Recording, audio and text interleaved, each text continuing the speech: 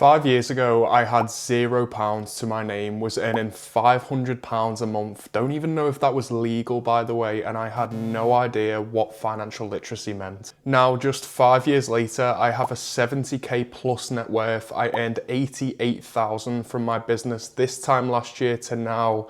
And most importantly, my money mindset and my financial literacy are aligned. I understand that might have come across a bit braggy, but that is truly not my intention. I just want to show you what is possible if you actually stick to these money habits that I'm about to tell you and make them a priority. Because without them, I would not be where I am today, and I want the same for you. So without further ado, let's get into the 5 tiny money habits that had a huge impact on my bank balance. Let's dive in. So number 1 is knowing your why. If you don't know why you're saving, why you're investing, why you're trying to earn more, then what is the point of saving, investing, or budgeting your money? Back when I was 18, I didn't really have a reason to care about money long term. I just wanted to survive day to day because that is all I'd seen from everyone around me. And I do think your money psychology plays a massive part of this, where you grew up, how your parents behaved with money, how the people around you behaved with money can shape the exact way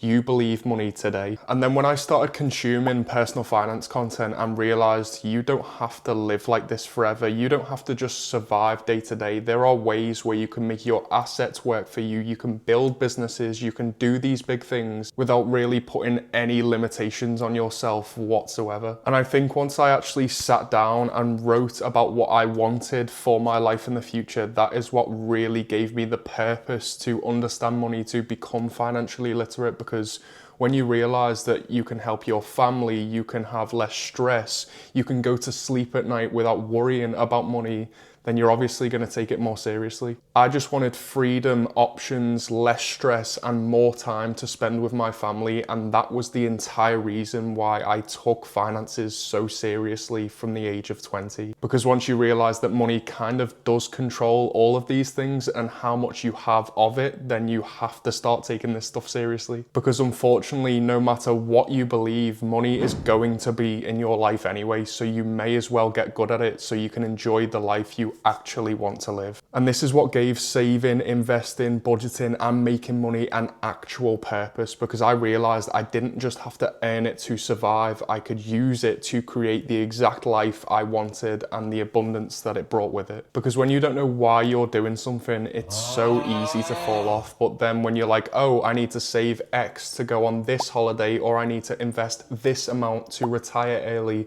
that gives you a reason to do these things. And that leads us on to point number 2, which is automating almost everything. I think now that you understand your why, you will start to look internally at the things you're doing on a day-to-day basis with your money. And if you're someone currently who saves and invests nothing, spends without even looking at their bank, and doesn't invest a single penny, realizing that the purpose you've just created for your money starts to become painful because you've been doing absolutely nothing about it. I'll give you an example of this for me. I used to say to myself, I'm going to save money at the end of the month. Once I've spent everything, I'll save whatever's left over at the end. And the problem with that is when you've got such a large number in your bank balance, once you've been paid, it's so easy to just spend all of that money because it's there, it's available to you. And once I started paying myself first instead, this is where the game changed completely. So what does paying yourself first actually mean? It means setting up a standing order for your savings, for your investments, and setting up direct debits for all of your bills. And now that you have a purpose for your savings and investments, you can set this up at the start of the month, because most of your bills will probably be set up at the start of the month. So why should your investments and your savings look any different to that? In my eyes, saving and investing should be just as much as a priority as your bills, because that means once you've saved, invested, and paid your bills, you can spend whatever is left over. And at first, this might not feel that great, because once you've saved, invested, and paid your bills, you're going to have hardly anything left to spend at the end of the month. But this is the whole point. This is how you can become more financially savvy, because you are spending what is left over after you've saved, not what after you've spent. You can still have a percentage of your income to go on the things that you absolutely love to spend your money on, but it just means you're not going to be spending so willy-nilly all the time. It basically just takes all of the emotions out of it, so you can put systems in place instead. So even on bad months, there is still going to be progress made. And I think once you've decided a percentage of your take-home pay you want to save and invest, and a percentage of your take-home pay you want to spend on guilt-free spending, that is where the magic can start to happen. It was honestly one of the most game-changing lessons for me, and I learned it from Ramit Sethi. So if you want to read one of his books, I will put it on screen right now. Okay, up next is realizing that one source of income simply isn't enough. As you know from my story before, I used to earn literally £500 a month. It went up to £750 a month. This is as an apprentice, by the way.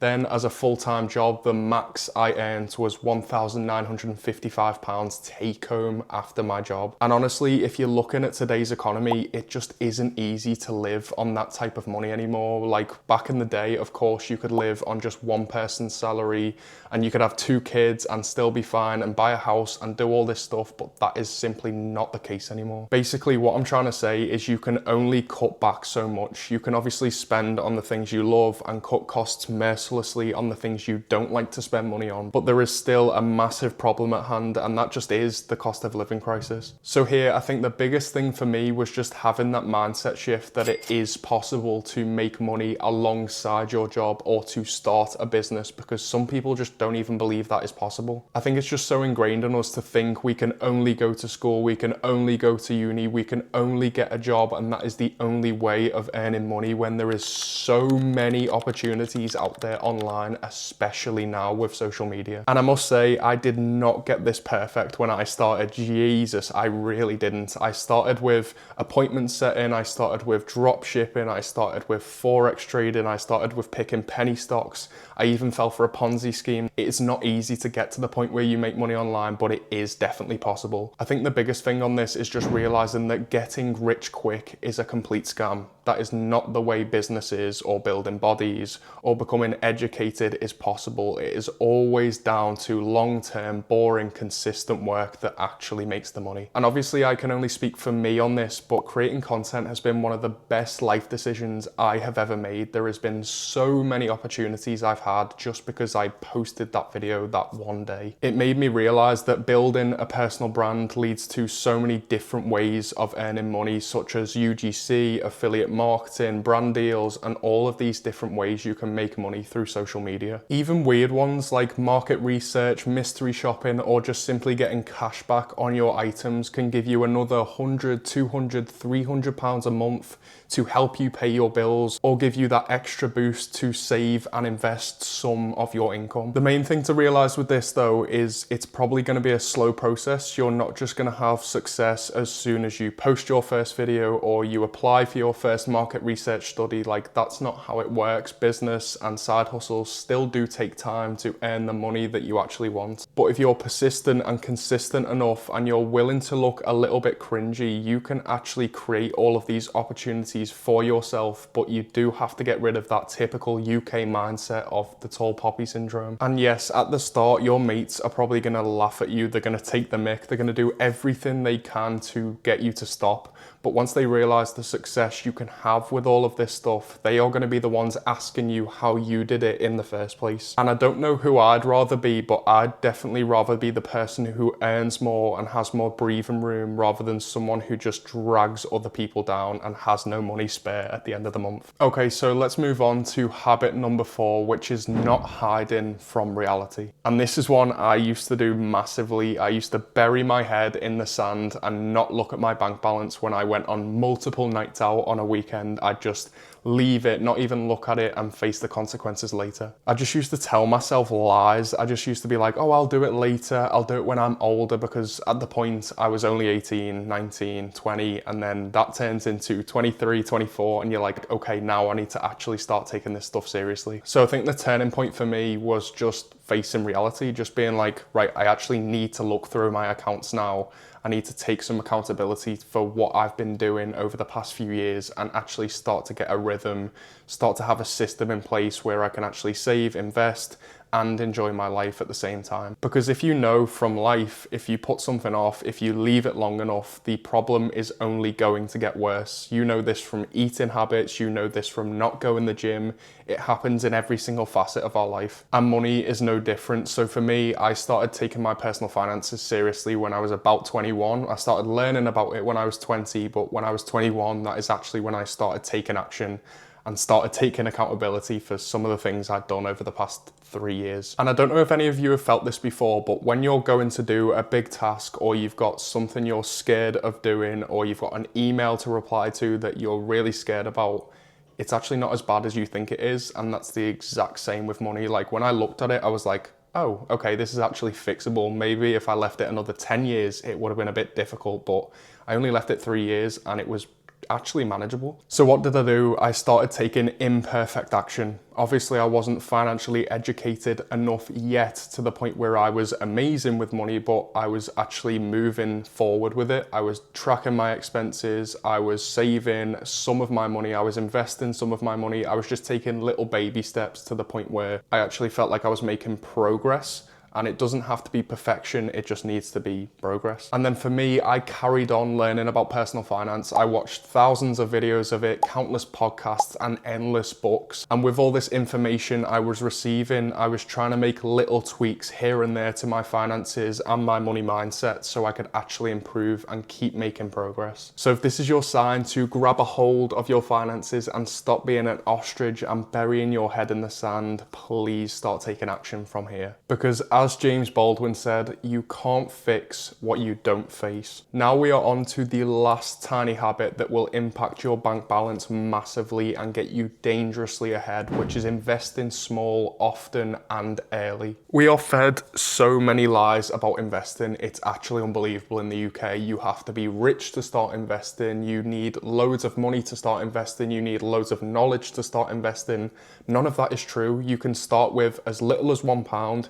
You can learn about it in about 3 months, and you can build a multiple 6-figure or 7-figure portfolio with as little as £100 a month. Once again, I do think the UK's pessimistic viewpoint of life has got us in trouble here, because in the US, they are all optimistic. They start businesses, they start investing, because they know the real difference it can actually make. And just as a prime example, I started investing with £50, then it turned into £100 a month, and then I realized, oh, I can actually start to invest more of my salary, and then over time you earn more, and then you can invest even more, and then your portfolio at some point, you're like, how did I make or invest all of this money? I think it is when you truly understand the power of investing and you realize, oh, I can start small and that will make a big difference. That is when the mindset completely shifts. Now, like I said before, investing does take time to learn. You do need to understand how the stock market works, what an ETF is, what a stock is, understanding how you react when the market goes down. These are all things you need to learn and will learn on your investing journey. And I think the main point is once you start learning about investing and you put some money in the market and you see what it can do over 1 year, 2 years, 3 years, 5 years,